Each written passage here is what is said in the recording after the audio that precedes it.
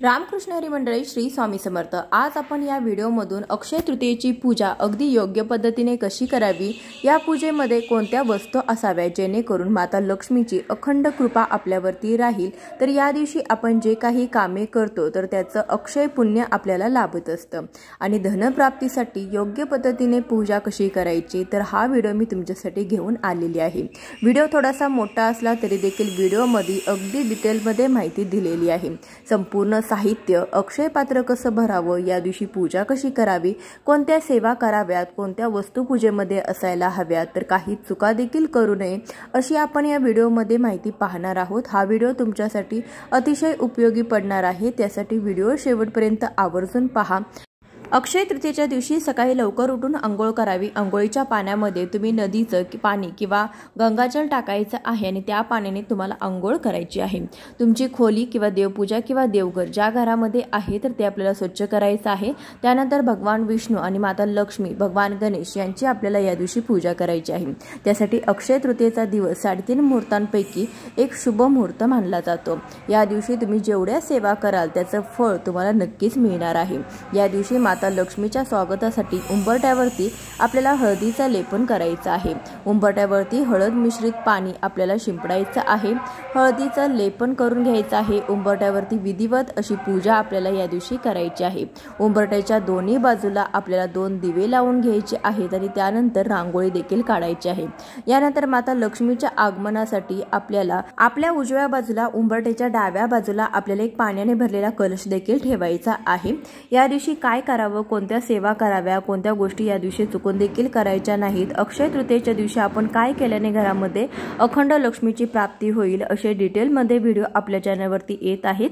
त्यासाठी चॅनलला सबस्क्राइब करा, शेजारील बेल आयकॉनही क्लिक करा, म्हणजे जेव्हा नवीन व्हिडिओज अपलोड होतील त्याचं नोटिफिकेशन तुम्हाला मिळेल आणि तुमच्याकडून एक पण व्हिडिओ मिस होणार नाही। अतिशय संपूर्ण माहिती देणारे व्हिडिओ आपल्या चॅनलवरती उपलब्ध आहे, सगळे व्हिडिओ तुम्ही पाहू शकता। उंबरठ्याची अशी पूजा तुम्हाला सकाळीच करून घ्यायची आहे। देवघरामध्ये जिथे तुम्ही पूजा मांडणार आहात ती जागा देखील आपल्याला स्वच्छ करून घ्यायची आहे आणि तिथे रांगोळी काढून घ्यायची आहे। त्यावरती हळदी कुंकू व्हायचं आहे, एक फूल व्हायचं आहे, थोड्याशा अक्षता व्हायच्या आहेत। असं भूमिपूजन आपल्याला करून घ्यायचं आहे आणि आपल्या पूजेला सुरुवात करायची आहे। यावरती पाट किंवा चौरंग जे काही उपलब्ध साहित्य असेल तर ते देखील तुम्ही इथे मांडू शकता। इथे मी चौरंग घेतलेला आहे, त्यावरती लाल वस्त्र आपल्याला अंतरायचं आहे। आता आपण बघूया पूजेसाठी आपल्याला काय साहित्य लागतं, तर त्या साहित्याची यादी देखील आपण पाहून घेऊया। पूजेसाठी लागणारं आपलं जे साहित्य आहे तर ते शक्यतो आपल्याला या पूजेसाठी पिवळ्या किंवा लाल रंगाची फुले घ्यायची आहे। त्यानंतर आपल्याला विड्याची पाने घ्यायची आहेत। विड्याची पाने 10 ते 12 आपल्याला लागणार आहेत। त्यासाठी विड्याची पाने व्यवस्थित स्वच्छ धुवून घ्यायची आहेत। आंब्याची पाने देखील आपल्याला लागणार आहे, त्यासाठी आंब्याची 5 पाने मी इथे घेतलेली आहे। आंब्याच्या पानांवरती हळदी कुंकू लावून घेतलेलं आहे। आंब्यांची पाने आपण पाण्याने धुवून त्यावरती हळदी कुंकू लावून घेतले। त्यानंतर कलश स्थापनेसाठी आपल्याला असा एक कलश पाहिजे। लक्ष्मी नारायणाचा फोटो तुमच्याजवळ असेल तर तो देखील तुम्ही घेऊ शकता। माता लक्ष्मी नारायणाचा फोटो खूप मोठा आहे, त्यामुळे मी तो पूजेमध्ये मांडलेला नाही, त्याची पूजा मी देवघरामध्येच केलेली आहे। खाली मी पाटावरती फोटो मांडणार नाही। तुमचा लहान फोटो असेल तर तुम्ही नक्की सत्यनारायणाचा फोटो किंवा माता लक्ष्मीचा फोटो घेऊ शकता। कलश स्थापनेसाठी एक नारळ आपल्याला पाहिजे, आपल्याला त्यानंतर एक दिवा देखील पाहिजे, त्यानंतर आपल्याला ताम्हण पाहिजे। 2 ताम्हण मी इथे घेतलेली आहे, तर एक कलश स्थापनेसाठी आणि एक आपल्याला देवांना स्नान घालण्यासाठी लागणार आहे। देवांच्या मूर्तीमध्ये आपल्याला गणपती बाप्पांची मूर्ती, त्यानंतर माता लक्ष्मीची मूर्ती देखील लागणार आहे। भगवान विष्णूंची म्हणून मी बाळकृष्णांची मूर्ती घेतलेली आहे। त्यानंतर या दिवशी अन्नपूर्णा मातेची देखील आपल्याला पूजा करायची आहे, कारण की याच दिवशी अन्नपूर्णा मातेचा जन्मदिवस देखील साजरा केला जातो। यासोबतच आपल्याला भगवान कुबेरांची पूजा करायची आहे, त्यासाठी आपल्याला कुबेर स्वरूप एक सुपारी लागणार आहे। तुमच्याकडे भगवान कुबेरांची मूर्ती असेल तर ती देखील तुम्ही घेऊ शकता। या दिवशी आठवणीने आपल्याला पूजेमध्ये श्रीयंत्र सुद्धा घ्यायचं आहे। तुमच्या घरामध्ये नसेल तर तुम्ही खरेदी करून या दिवशी श्रीयंत्राची स्थापना देखील करू शकता। त्यानंतर आपल्याला 5, 7 किंवा 11 कवड्या देखील लागणार आहेत। कवड्या तुमच्याजवळ नसतील तर या दिवशी तुम्ही नक्कीच खरेदी करून आणू शकता। त्यानंतर माझ्याकडे एक गोमती चक्र देखील आहे, तर ती देखील मी घेतलेलं आहे। त्यानंतर आपल्याला हळदी कुंकू लागणार आहे। यानंतर आपल्याला नैवेद्यासाठी काय लागतं, तर या दिवशी नैवेद्य म्हणून आंब्याचा आणि काकडीचा नैवेद्य देखील दाखवला जातो। तर यासाठी आंबा, काकडी आणि एक मिठाईचा नैवेद्य घेतलेला आहे। अक्षय पात्र म्हणून आपल्याला एक मातीचं भांडं लागणार आहे।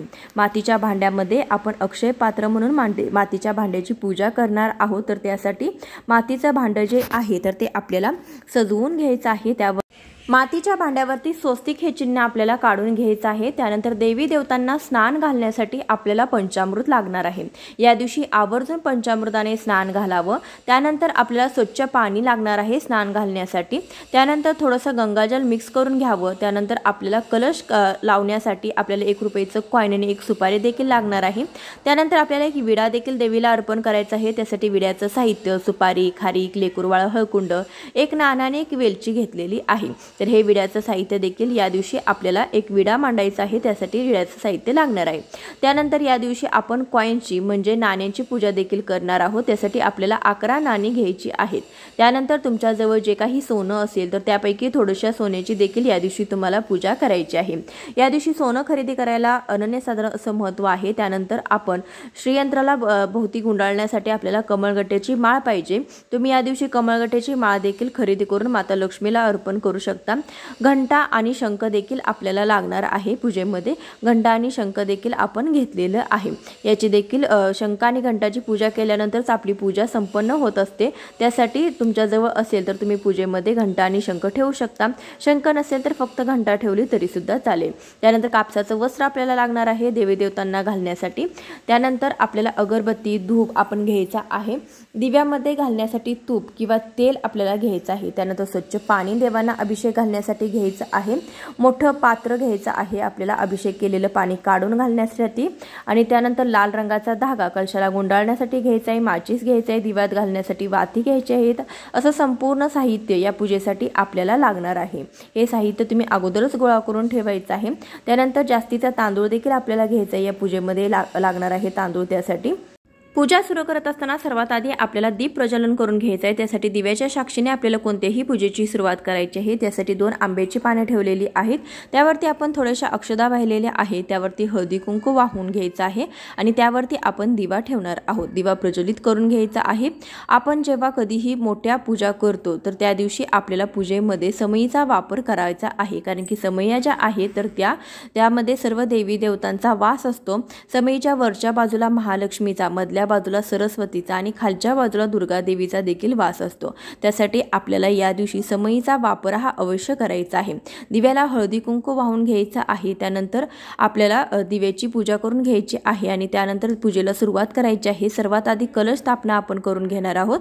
त्यासाठी एका तांबणामध्ये थोडेसे तांदूळ घालून घेतलेले आहे। त्यावरती हळदी कुंकवाने आपण स्वस्तिक काढून घेतलेले आहे। स्वस्तिकवरती आपण पाण्याने भरलेला तांब्याचा कलश ठेवायचा आहे। कलशाच्या वरती आपण स्वस्तिक हे चिन्ह काढलेला आहे।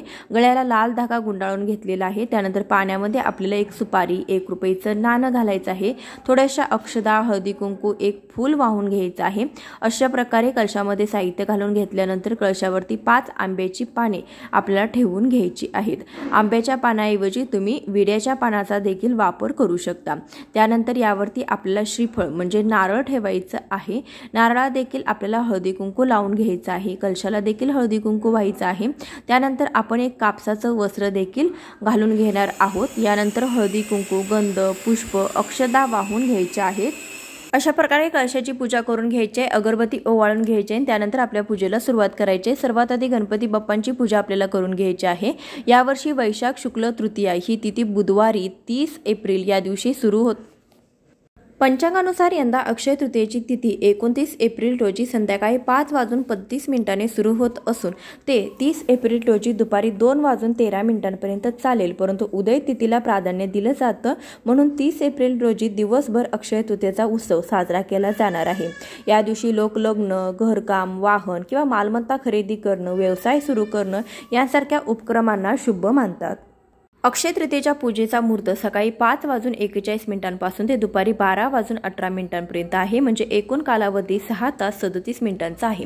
अक्षय तृतीया हा वर्षातील सर्वात शुभ दिवस मानला जातो। या दिवशी केलेलं कोणतंही दान किंवा चांगलं कृत्य आहे किंवा खरेदी केलेली असेल सोने किंवा पूजा कधीही त्यामधलं जे पुण्य आहे तर ते कमी होत नाही, ते वाढतच जातं। हा दिवस भगवान विष्णूंचं राज्य देखील या दिवसावर आहे। त्यामुळे या दिवशी लक्ष्मी आणि कुबेर यांच्यासह त्यांची देखील पूजा केली जाते। हिंदू पौराणिक कथेनुसार अक्षय तृतीयेच्या दिवशी त्रेतायुगाची सुरुवात देखील झालेली होती। सर्वात आधी गणपती बाप्पांची पूजा करण्यासाठी गणपती बाप्पांची मूर्ती ताम्हणामध्ये थोड्याशा अक्षतांच्या आसनावरती ठेवून 5 पळ्या स्वच्छ पाण्याने, 5 पळ्या पंचामृताने, त्यानंतर 5 पळ्या स्वच्छ पाण्याने स्नान घालून घ्यायचं आहे। गणपती बाप्पांना स्नान घालून घेतल्यानंतर धूप दीप आरतीने ओवाळून घ्यायचं आहे।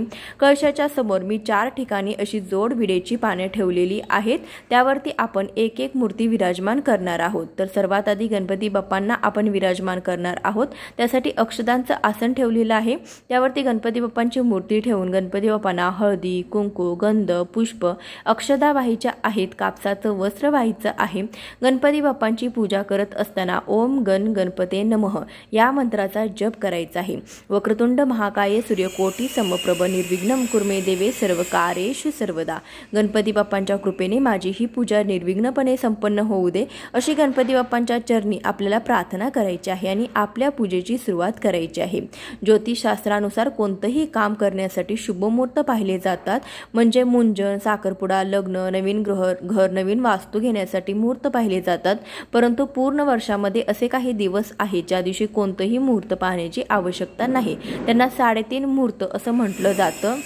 आपल्या नववर्षाची सुरुवात ज्या दिवशी होते तो सण म्हणजे गुढीपाडवा, तर हा संपूर्ण दिवसाचा एक शुभ मुहूर्त मानला जातो। त्यानंतर वैशाख महिन्याच्या 3ऱ्या दिवशी येणारी अक्षय तृतीया हा दुसरा मुहूर्त मानला जातो। त्यानंतर दसरा हा 3रा मुहूर्त मानला जातो आणि दिवाळीचा पाडवा हा अर्धा दिवस शुभ मुहूर्त मानला जातो।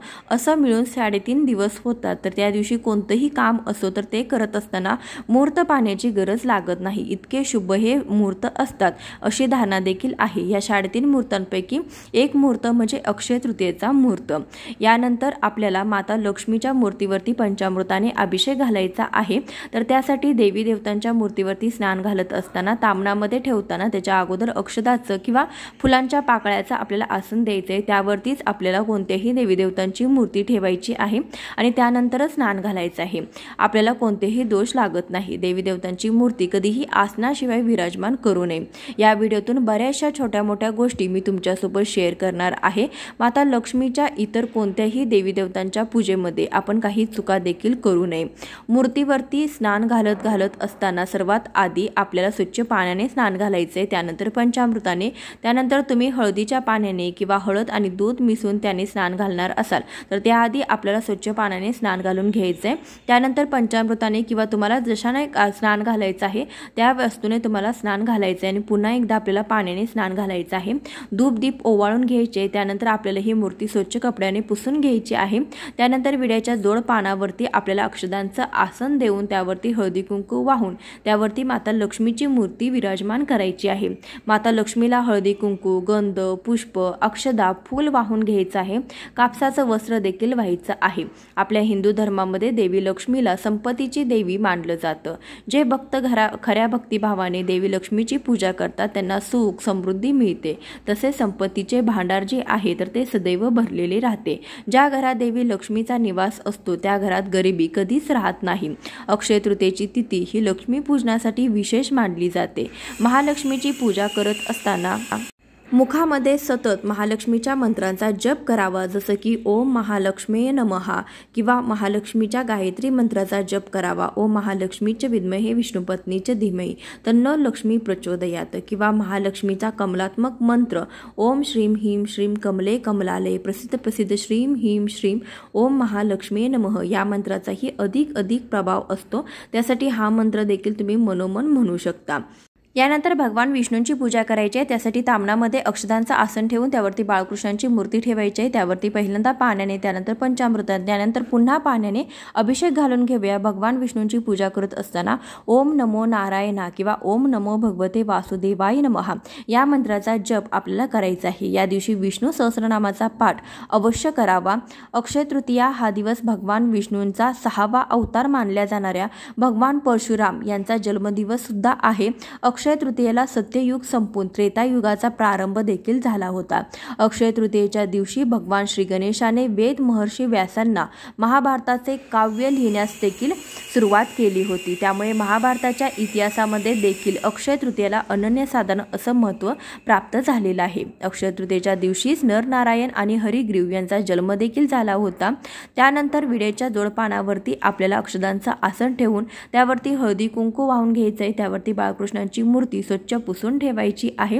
त्यानंतर बाळकृष्णाला देखील हळद वाहूया। त्यानंतर बाळकृष्णाला अष्टगंध तुम्ही वाहू शकता। यानंतर आपण अक्षदा वाहायच्या आहेत, फुलं व्हायचं आहे, कापसाचं वस्त्र देखील आपल्याला व्हायचं आहे। अक्षय तृतीयेला भगवान श्रीकृष्णाने मित्र सुदामाचे दारिद्र्य देखील संपवले होते। त्यामुळे हा दिवस जीवनामध्ये सुख आणि समृद्धी देणारा देखील आहे असं देखील मान्यता आहे। असं म्हणतात की अक्षय तृतीयेला पृथ्वीवरती गंगा अवतरली होती। अक्षय तृतीयेचा दिवस हा अन्नपूर्णा मातेचा जन्मदिवस म्हणून देखील ओळखला जातो। त्यासाठी आपल्याला अन्नपूर्णा मातेची पूजा देखील या दिवशी करायची आहे।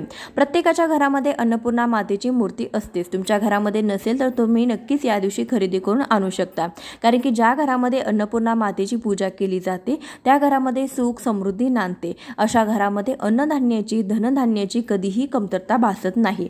घरामध्ये समृद्धी येत असतं, आपण समृद्ध असं जीवन जगलं जातं। घरामध्ये अन्नाला येते।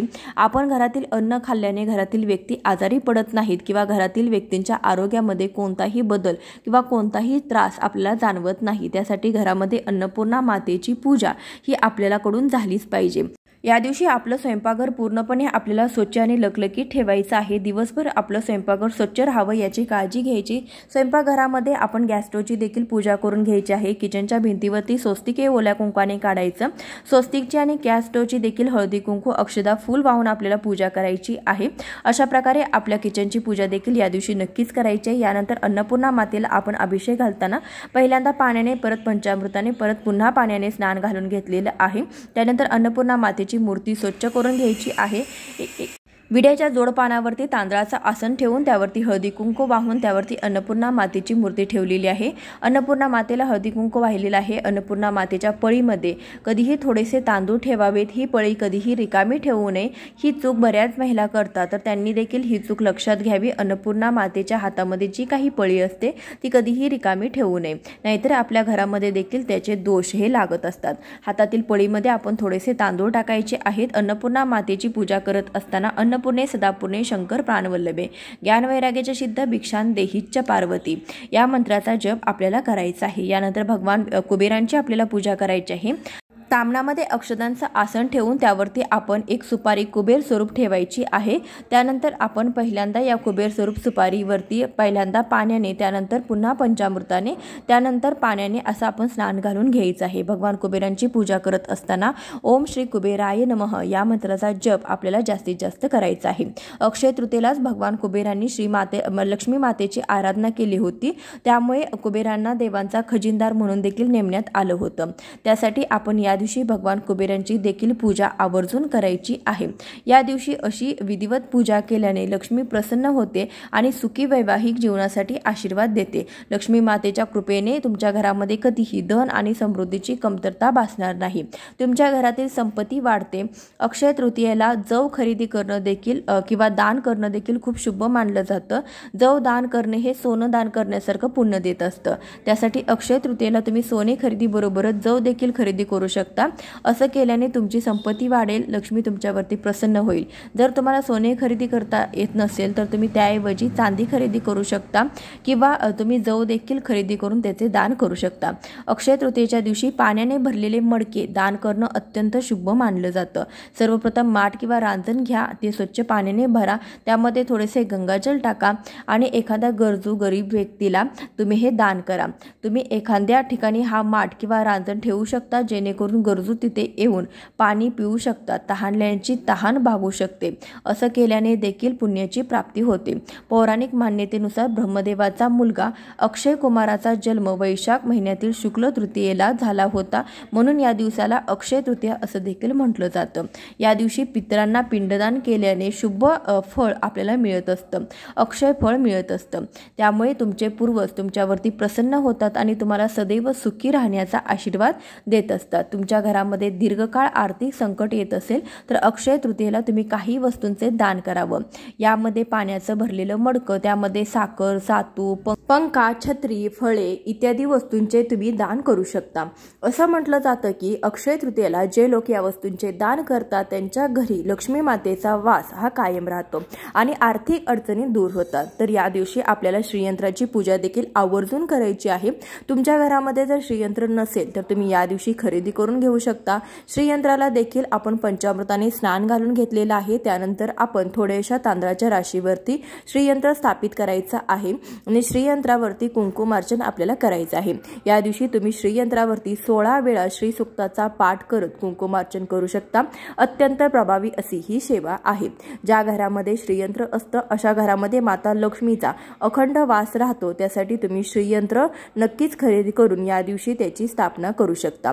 श्रीयंत्र कधीही मोकळं ठेवू नका। श्रीयंत्राच्या भोवताली कमळगट्टेची माळ असावी, कारण की श्रीयंत्र एकटं ठेवलं जात नाही। श्रीयंत्राला दररोज 108 कमळांची फुले वाहण्याचा नियम असतो, परंतु आपल्याजवळ 108 कमळे नसतात। त्यासाठी 108 कमळांच्या बियांपासून बनवलेली कमळगट्टेची माळ आपण या दिवशी श्रीयंत्राला गुंडाळू शकतो। त्यासाठी श्रीयंत्र जेव्हा घरात असेल त्यावेळेस आपण कमळगट्टेची माळ देखील आणायची आहे। श्रीयंत्राची पूजा करत असताना कमळात्मक मंत्राचा जप करायचा आहे, म्हणजे ओम श्रीम ह्रीम श्रीम कमले कमलालये प्रसिद्ध प्रसिद्ध श्रीम ह्रीम श्रीम ओम महालक्ष्मी नमः या मंत्राचा जप तुम्ही करायचा आहे। यानंतर तुमच्याजवळ कवड्या असतील तर पिवळ्या कवड्यांची पूजा देखील आपल्याला त्या दिवशी करायची आहे। कवड्या या माता लक्ष्मीला अत्यंत प्रिय आहे। समुद्र मंथनातून जेव्हा माता लक्ष्मी प्रकट झाली त्याच समुद्र मंथनातून आपल्याला कवड्या देखील मिळालेल्या आहेत। तर त्यासाठी पिवळ्या कवड्या घरामध्ये तुम्हाला ठेवायच्या आहेत। 11 पिवळ्या कवड्या तुम्ही घरामध्ये ठेवू शकता किंवा 5-7 कवड्या ठेवू शकता किंवा गोमती चक्र देखील तुम्ही ठेवू शकता। कवड्या ह्या धन आणि समृद्धीचे प्रतीक आहेत। कवड्या घरामध्ये ठेवल्याने नकारात्मकता नष्ट होते आणि माता लक्ष्मी घरामध्ये अखंड वास करते। त्यासाठी तुम्ही या दिवशी तुम्हाला जर सोने खरेदी करणं शक्य नाही झालं तरी देखील तुम्ही या दिवशी कवड्या देखील खरेदी करून आणू शकता आणि घरामध्ये कवड्यांची स्थापना करू शकता किंवा या दिवशी तुम्ही कवड्यांची पूजा करा आणि त्यानंतर त्या कवड्या दुसऱ्या दिवशी तुम्ही लाल कपड्यामध्ये बांधून तिजोरीमध्ये देखील ठेवू शकता। असं केल्याने देखील घरामध्ये अखंड लक्ष्मी वास करते। अक्षय तृतीयेपासून कोणत्याही नवीन कामाची सुरुवात केली जाते। अक्षय म्हणजे काय तर अक्षय म्हणजे क्षय न होणारे, म्हणजे कधीही न संपणारे। जसे की सौर ऊर्जा म्हणजे सूर्यापासून मिळणारी ऊर्जा ही अक्षय मानली जाते। त्याचप्रमाणे जल, वायू, अग्नी, तेज, पृथ्वी ही पंचमहाभूते देखील अक्षय मानली गेलेली आहेत। 5 पांडवांना अनमोल मार्गदर्शन करण्याचं काम हे भगवान श्रीकृष्ण यांनी केलं होतं। प्रभू रामाप्रमाणेच 5 पांडवांना देखील वनवासाला जावं लागलं। वनवासामध्ये येणाऱ्या असंख्य अडचणी विचारात घेऊन त्यांना होणारा त्रास कमी व्हावा यासाठी श्रीकृष्णाने त्यांना एक भांड दिलं होतं। त्या भांडाला अक्षय पात्र असं म्हणून ओळखलं जातं। अक्षय पात्रामुळे पांडवांना आपल्या वनवासामध्ये कधीही खाण्यापिण्याची चिंता त्यांना वाटली नाही। म्हणून अक्षय तृतीयेच्या दिवशी मोठ्या प्रमाणामध्ये दानधर्म केला जातो, जेणेकरून की आपण दानधर्म केला की या दिवशी नवीन काही खरेदी केलं तरी देखील पूर्ण वर्षभर कुटुंबाची भरभराट होत असते। थोडक्यात काय तर 5 पांडवांना ज्या दिवशी अक्षय पात्र भेटलं तोच हा दिवस आहे अक्षय तृतीयेचा। माता लक्ष्मीच्या पूजेबरोबरच आपल्याला या दिवशी अक्षय पात्राची देखील पूजा करायची आहे। त्यासाठी आपल्याला एक मातीचं भांड घ्यायचं आहे, अक्षतांचं आसन द्यायचं आहे। तुम्ही तांदळाच्या राशीवरती हळदी कुंकू व्हायचं आणि त्यावरती आपल्याला हे मातीचं भांड जे आहे, जे अक्षय पात्र आहे तर ते आपल्याला हे ठेवायचं आहे। यामध्ये आपल्याला धान्य भरून घ्यायचं आहे। धान्यामध्ये तुम्ही तांदूळ भरून घेऊ शकता। तांदूळ हे शुक्र ग्रहाचे प्रतिनिधित्व करतात आणि तांदूळ हे माता लक्ष्मीला देखील प्रसन्न करतात आणि तांदूळ ज्याला अक्षता असं म्हटलं जातं त्याचा कधीही क्षय होत नाही। त्यासाठी या अक्षय पात्रामध्ये तुम्ही तांदूळ भरून घ्यायचे आहे। त्यामध्ये तुम्ही 11 लवंगा किंवा 11 रुपयाची नाणी तुम्ही देखील त्यामध्ये भरू शकता। 11 नाणी भरली तरी देखील चालेल। तुम्ही त्यामध्ये एखादा सोन्याचा दागिना देखील ठेवायचा आहे। सोन्याचा चांदीचा दागिना तुम्ही यामध्ये ठेवायचा आहे। हळदी कुंकू व्हायचं आहे। असं केल्याने आपल्या घरातील सोन्या चांदीमध्ये आपल्या घरामध्ये जे काही धन धान्य आहे त्यामध्ये देखील अक्षय पटीने वाढ होते। त्यासाठी अशा पद्धतीने अक्षय पात्राची पूजा आपल्याला आवर्जून करायची आहे। अक्षय तृतीयेच्या दिवशी अशी पूजा केल्याने आपल्या घरामध्ये धनधान्याची वृद्धी होते आपल्याला संक्रांतीमध्ये जे सुगड मिळतं तर ते सुगड वापरून देखील तुम्ही अक्षय पात्र म्हणून त्याची पूजा करू शकता। जर तुमच्याकडे मातीचं भांड नसेल तर तुम्ही तांब्याचा कलश ठेवून त्यामध्ये देखील तुम्ही अक्षय पात्र म्हणून पूजा करू शकता। यानंतर आपल्याला 11 नाण्यांची देखील पूजा करायची आहे। तर बघा 1 रुपयाचं नाणं जे असतं ज्याला लक्ष्मी स्वरूप मानलं जातं, लक्ष्मी म्हणून देखील आपण त्या नाण्याची पूजा करत असतो। तुमच्याजवळ कितीही नोटा असल्या तरी देखील नाण्याची पूजा करणं हेच माता लक्ष्मीला अत्यंत प्रिय आहे। त्यासाठी या दिवशी 11 नाण्याची पूजा तुम्ही आवर्जून करावी। एका छोट्याशा प्लेटमध्ये किंवा भांड्यामध्ये तुम्हाला तांदळाची रास घालायची आहे आणि त्यावरती हळदी कुंकू वाहून त्यावरती 11 नाणी आपल्याला ठेवायची आहेत आणि या नाण्याची देखील आपल्याला या दिवशी पूजा करायची आहे। माता लक्ष्मीला प्रिय असलेल्या जशा वस्तू जसं की कवड्या असो, गोमती चक्र असो, 11 नाणी असो, श्रीयंत्र असो, कासव असो, तर अशा वस्तू लक्ष्मीला अतिशय प्रिय आहेत। या वस्तू आपल्याला या दिवशी पूजेमध्ये मांडायच्या आहे जेणेकरून माता लक्ष्मी प्रसन्न होऊन आपल्या घरामध्ये अक्षयपटीने वास करेल। तर त्यासाठी अशा वस्तू आपण या दिवशी पूजेमध्ये अवश्य मांडायच्या आहेत। त्यापैकीच काही वस्तू तुमच्याजवळ जर नसतील तर अक्षय तृतीयेच्या शुभ मुहूर्तावरती तुम्ही खरेदी देखील करू शकता। घरामध्ये या वस्तू ज्या आहेत तर त्या वस्तू ठेवून तुम्ही त्यांची पूजा ही अवश्य करू शकता। यानंतर एक विडा देखील आपल्याला देवी लक्ष्मीला अर्पण करायचा आहे। त्यासाठी 2 विडेची पाने घ्यायची आहे, त्यावरती थोडेशा अक्षदा व्हायच्या आहेत, हळदी कुंकू व्हायचा आहे, त्यानंतर त्यावरती 1 रुपयाचं नाणं, 1 लेकूरवाळं हळकुंड, त्यानंतर 1 सुपारी, 1 खारीक, त्यावरती 1 वेलची ठेवायची आहे। हे सर्व साहित्य त्यावरती आपण ठेवून घ्यायचं आहे। त्यानंतर हा जो विडा आहे तर तो देवी लक्ष्मीला आपण अर्पण करायचा आहे। या दिवशी ही एक गोष्ट करायला अजिबात विसरू नका। या दिवशी पूजेमध्ये विडा अर्पण केल्याने आपली पूजा जी आहे तर ती संपन्न होत असते। अशा शुभ प्रसंगी आपण माता लक्ष्मीला 1 विडा अर्पण करायलाच हवा। यानंतर पूजेमध्ये आपल्याला घंटा आणि शंख देखील ठेवायचं आहे म्हणजे आपली पूजा जी आहे तर ती संपन्न होते। तर यासाठी उजव्या बाजूला घंटी आणि डाव्या बाजूला शंख आपल्याला ठेवायचा आहे। दक्षिणावर्ती शंख हा पूजेमध्ये ठेवला जातो। दक्षिणावर्ती शंखाला लक्ष्मीचं स्वरूप मानलं जातं। दक्षिणावर्ती शंख कधीही असाच ठेवू नये, त्यामध्ये पाणी भरून ठेवायचं आहे। त्यानंतर त्याचं जे तोंड आहे तर ते उत्तर दिशेला करावं। या दिवशी विष्णू सहस्त्रनामाचा जप किंवा पाठ देखील करायचा आहे। शेवटी तुळशीला जल अर्पण करायचं आहे, श्रद्धापूर्वक आरती करायची आहे। मातीच्या लहान मडक्यामध्ये पाणी भरून त्यावरती खरबूज ठेवावं आणि पूजा केल्यानंतर सवाष्णेला याचं दान करावं। अक्षय तृतीयेला केलेलं दान कधीही क्षयाला जात नाही, त्यामुळे या दिवशी केलेल्या दानातून पुण्य आपल्याला अक्षय प्रमाणामध्ये मिळत असतं। नैवेद्यामध्ये जव किंवा गव्हाचा सातू, काकडी, चण्याची डाळ अर्पण करतात। काही ठिकाणी आंबा आणि काकडीचा नैवेद्य दाखवतात। आमच्याकडे या दिवशी अक्षय तृतीयेच्या दिवशी पुरणपोळीचा नैवेद्य असतो, त्यामध्ये आमरस हा आठवणीने केलेला असतो। आमरस आणि पुरणपोळीचा संपूर्ण स्वयंपाक नैवेद्य म्हणून दाखवला जातो। त्यासोबतच आंबा आणि काकडी देखील नैवेद्यामध्ये अर्पण केली जाते। या दिवशी प्रत्येक महिलेने आपल्या घरातील स्वच्छतेची विशेष काळजी घ्यावी, कारण की घराची नीट स्वच्छता करावी। असं मानलं जातं की ज्या घरामध्ये स्वच्छता असते अशाच घरामध्ये देवी लक्ष्मीचा वास अक्षय स्वरूपामध्ये असतो। अक्षय तृतीयेच्या दिवशी घरातील वातावरण हे प्रसन्न ठेवा, घरामध्ये भांडणं होऊ देऊ नका। घरामध्ये अशांतता असते त्या घरामध्ये माता लक्ष्मी राहत नाही, त्यासाठी घरामध्ये चांगले वातावरण हे असायलाच पाहिजे। कुटुंबातील सदस्यांमध्ये प्रेम असावे, घरामध्ये देवी लक्ष्मी ही सदैव वास करेल। याशिवाय या दिवशी तामसिक अन्न, मांस, मासे यांचे सेवन करायचं नाही, मद्यपानाचे या दिवशी सेवन करायचं नाही। अक्षय तृतीयेच्या दिवशी दान करण्याला आणि लक्ष्मीची पूजा करण्याला, चांगली कामं करण्याने आपल्याला अक्षयपटीने पुण्य मिळत असतं। परंतु या दिवशी जर आपण काही चुकीची कामं केली तर त्याचं आपल्याला पाप देखील आपल्या आयुष्यभर आपल्याला भोगावं लागत असतं। त्यासाठी चुकीच्या कामांपासून नक्कीच या दिवशी लांब राहायचं आहे। सर्वात शेवटी धूप आरती ओवाळून घ्यायची आहे। त्यानंतर कापूर देखील तुम्हाला या दिवशी आवर्जून अर्पण करायचं आहे, जाळायचं आहे। पूजा मांडणी केल्यानंतर दिवसभर अखंड दिवा राहू द्यायचा आहे आणि शक्य झालं तर दिवसभर तुम्हाला अखंड दिवा ठेवायचा आहे। संध्याकाळी तुम्हाला पुन्हा कापूर आरती करायची आहे। घरामध्ये धूप, दीप, कापराचा सुगंध पसरवायचा आहे। यामुळे घरातील नकारात्मकता दूर होते आणि घरामध्ये सकारात्मक वातावरण तयार होते। अक्षय तृतीयेच्या दिवशी कोणत्या सेवा कराव्यात, कोणता उपाय करावा याबद्दलची सविस्तर माहिती देणारा व्हिडिओ आपल्या चॅनलवरती लवकरच अपलोड होणार आहे। त्यासाठी चॅनलला नक्की सबस्क्राईब करून ठेवा। संपूर्ण व्हिडिओ पाहिल्याबद्दल तुमचं खूप खूप धन्यवाद। आजची पूजा विधी व माहिती तुम्हाला कशी वाटली कमेंटद्वारे नक्कीच कळवा। धन्यवाद।